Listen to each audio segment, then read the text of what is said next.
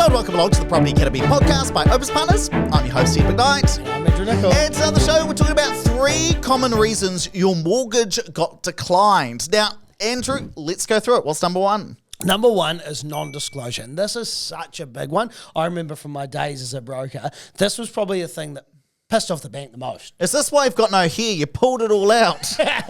So basically, banks look at things like your assets, liabilities, income, and expenses. Now, the biggest area where people go wrong is they put the mortgage application to the bank. So you'll get an application from your broker or the bank if you're doing it directly or online, and you type in all your details, and then the bank comes back to the broker and says, what about this GE loan? And what about this Q card that they've got that they haven't disclosed? So it's when people have forgetting or are forgetting. Forgotten or is the word you might use. But it's when you are forgetting that you've got the extra 5th credit card, or you're forgetting that you're pregnant right now. You've stolen my jokes, by the way, and I don't like it. Anyway, forgetting what side of the bread is buttered on. So yeah, it is things like your credit cards, whether or not your lending terms are what you've said they are in the application. You want to make sure you get these things right, because if you get them wrong, not only will your bank get annoyed at you, but your broker might have worked out on your servicing spreadsheet, hey, this all works, it should fly through, it's a doddle of a deal, and then all of a sudden they get kicked back, and the banks, it's much, much harder to get a no turned into a yes if you've had that no in the first place. And I know this is one of the things that our mortgage advisors at Catalyst always go on about. You might say, oh, what happened with that investor that we're working with? Oh, well, it looks like it was going to go through, but they didn't tell us that they had 100K worth of credit card debt, or they forgot to tell us that they had a 20 grand personal loan over here that the bank was able to see. But how does the bank actually see those, Andrew? Well, there's a few things. So number 1 is a credit check. That can tell you a lot of information. So if you haven't necessarily taken out the loan, it will still show on your credit check that you applied for a loan with Q card or something like that only a few months ago. Now, if you've been applying for a lot of credit cards and consumer finance, the bank's probably going to want to ask a few questions if you're able to actually service your new lending, because it doesn't look like you can service now. The other thing is they'll look at your bank statements. So if they see payments going out that haven't been disclosed, it's pretty bloody obvious that you've got loans elsewhere. So that's the first part of non-disclosure, but what about other things like expenses? Right, so that's another big one. So nowadays you've got to kind of make an estimate to what your expenses are. Again, if you've got other expenses going out that you're not telling the bank, such as childcare or private school fees, things like maybe tithing or donations that you might be making regularly, or subscriptions, you need to, again, make sure that you're telling the bank. Now, it's easier to tell the bank and say, hey, I'm quite prepared to take the kids out of private school, maybe not that one, but, I'm quite prepared to change my tithing amount, or I'm quite prepared to drop the childcare and use mum for one day a week or something like that. Much more likely to get the bank to consider that if you disclose it in the first instance and then mitigate it rather than just leave it out. Now, wasn't there a situation where you were dealing with some investors who were regularly tithing, so giving money to the church, and then the bank did what? Yeah, asked for a letter. Is this a what letter? you're talking about? What letter? So this was a long time ago. I'm surprised you remember this. About 15 years ago. I've got an elephant memory. I remember everything. Yeah, elephant body too. It was a joke. That was a fake hit. You pretended. So what actually happened? I was one of the non-bank lenders of the day, Pioneer Finance, and I remember the BDM, who was just I can't say that word, rang me up and said, hey, these guys are giving $300 a week to the church. And I said, yeah, it's an offering. You're allowed to give some money towards the church. He said, great, you have to get a letter if they're going to reduce that. I said, well, letter from who? Do you want me to get a letter from God to say that they're allowed to reduce it? It says in the Bible, you can give whatever you want. Anyway, because it does also say in the Bible you're supposed to tithe 10% of your income, he basically took that as gospel, so to speak. I realised I was ruined halfway through that sentence, and had to accept that as they use that as an ongoing expense. And so did they end up getting a letter from the priest? No, I went to a different bank. Yeah, okay, fair enough in that case. So what can you do in that situation around your expenses if it turns out that, oh gosh, actually there were a few more in there? So I think you need to actually take stock of what is going out and write it all down, give this to your broker. Your broker can say, hey, it works with all those expenses, carry on making those donations. Or they can say, hey, you need to trim it back by $500 a month, go through and cancel the things that you're happy to cancel and discount the things that you're happy to discount, and then let's apply rather than just leaving them out and submitting to the bank and getting a decline. Well, I think the other thing is being very diligent with filling out your documents. I mean, don't do it haphazardly. Now, sometimes investors get a bit big for their boots and they think, why am I having to fill out all of those documents for the bank? You're talking about me now, aren't you? Well, I mean, you're the one borrowing $1 million from the bank and you can't just expect them to give it to you. Yes, I can. Make sure that you fill out these documents correctly so that, hey, you're giving yourself the best shot of being able to borrow all of that money. Hey, the second thing where people go wrong and where you're most likely to get your mortgage declined by the bank is if you've chosen the wrong bank to begin with. So the thing about banks is they all have different income policies. Now, what I mean by that is they might look at your income differently, especially if that income is variable. So let's say if you've got bonuses or commissions or there's some regular overtime, maybe some business earnings if you own your own business as well.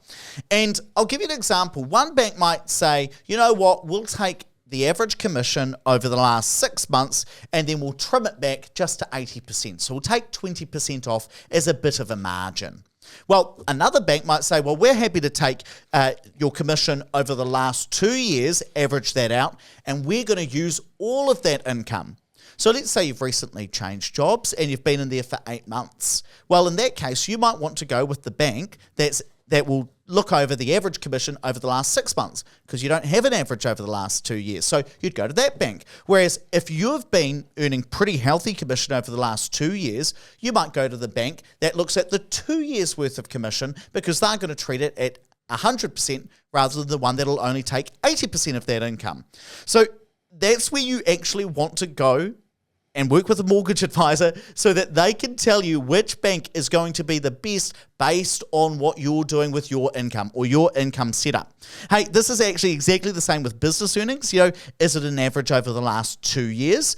Well, that might be quite difficult if you're operating a business during COVID and you had a drop in income. Whereas if that was the case, you might go to a bank that's only going to look at the average over the last 1 year, for instance. Now, here's the issue.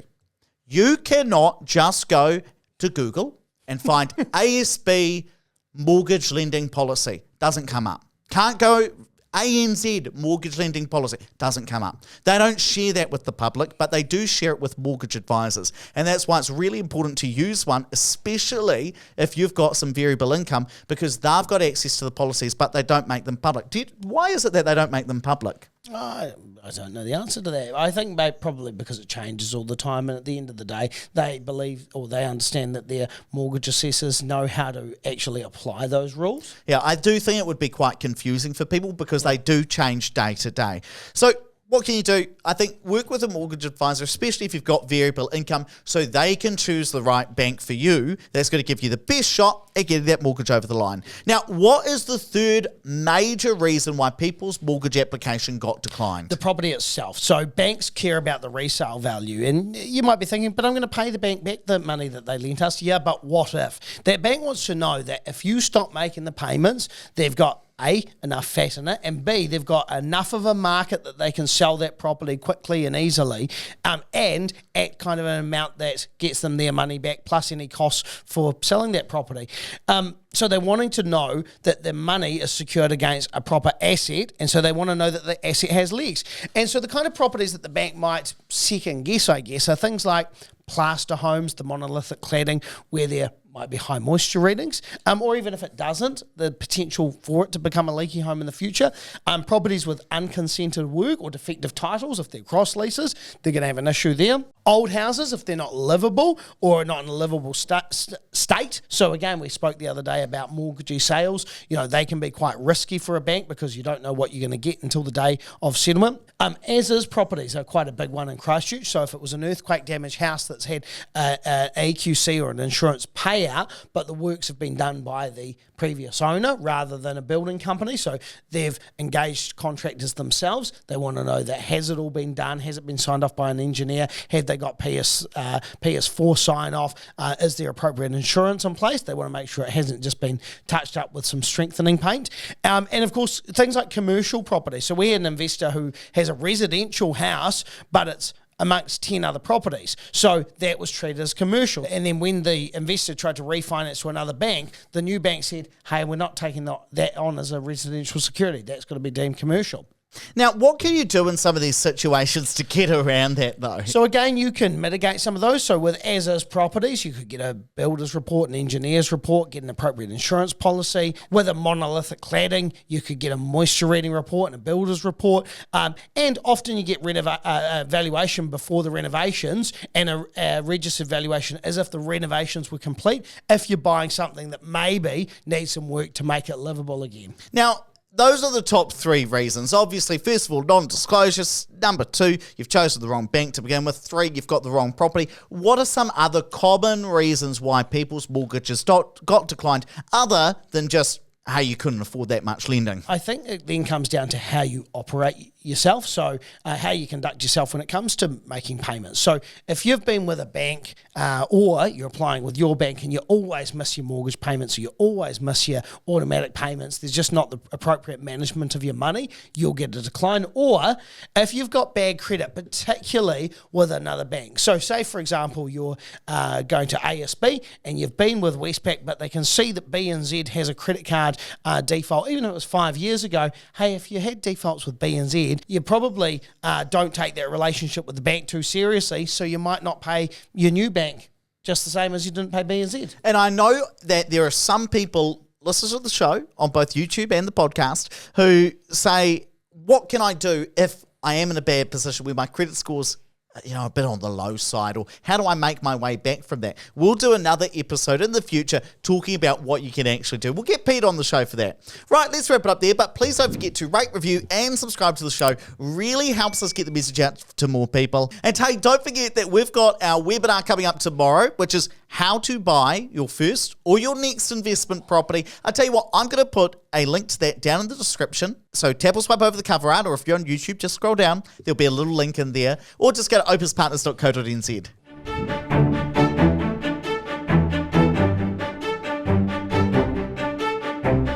Thanks for listening to the Property Academy podcast. I'm your host, Evan Knight, and we're going to be back again tomorrow with even more daily strategies, tactics, and insights to help you get the most